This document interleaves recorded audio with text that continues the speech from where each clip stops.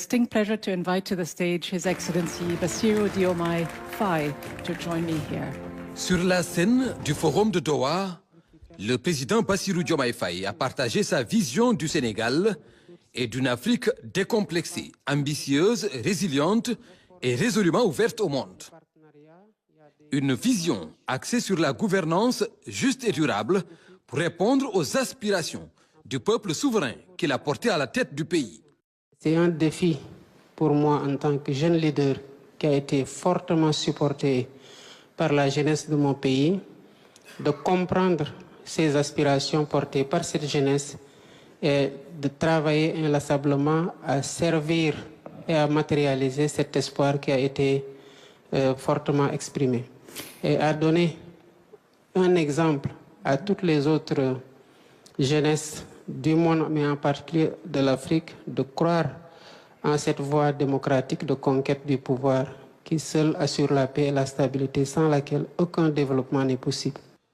Devant de potentiels partenaires et investisseurs, le chef de l'État a décliné les grandes lignes de l'agenda Sénégal 2050, notamment les secteurs clés, à même de favoriser un développement durable, l'industrialisation au premier plan.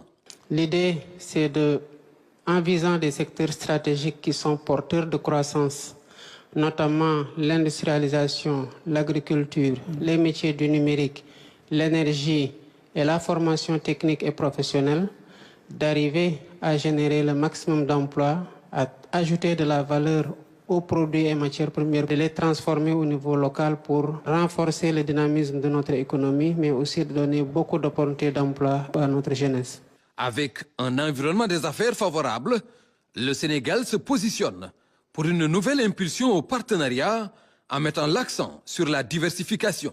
Le Sénégal n'est la chasse gardée de personne si ce n'est celle du peuple sénégalais qui seul est habilité à veiller à ses intérêts.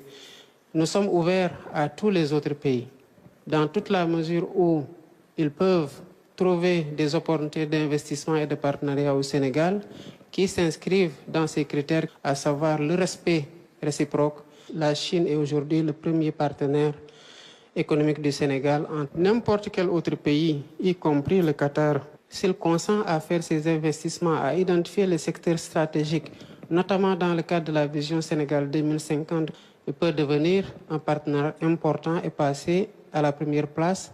Toujours est-il que cela dépend de ce qu'il identifie comme secteur stratégique et de ce qu'il conçoit à mettre comme investissement. Le Sénégal, encore une fois, reste un pays ouvert à tous les partenariats mutuellement bénéfiques et respectueux de notre souveraineté.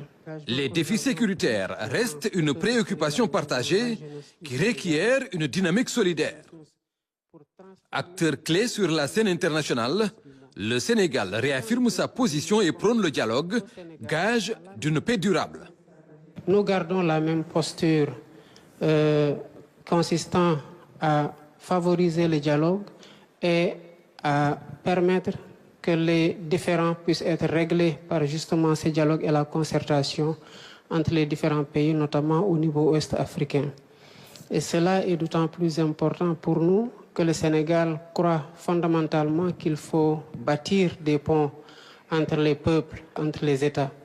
C'est justement tout le sens de sa médiation au nom de la CEDEAO entre l'organisation sous-régionale et l'Alliance des États du Sahel.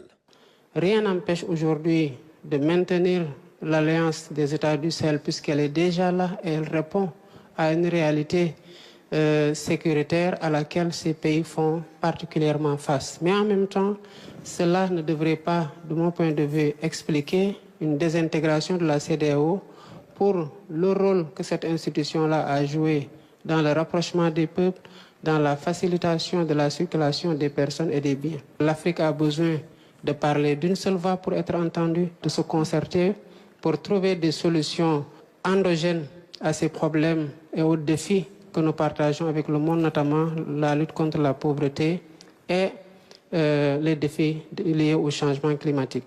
Le Sénégal et le continent africain portent plus que jamais une promesse d'avenir faite de résilience.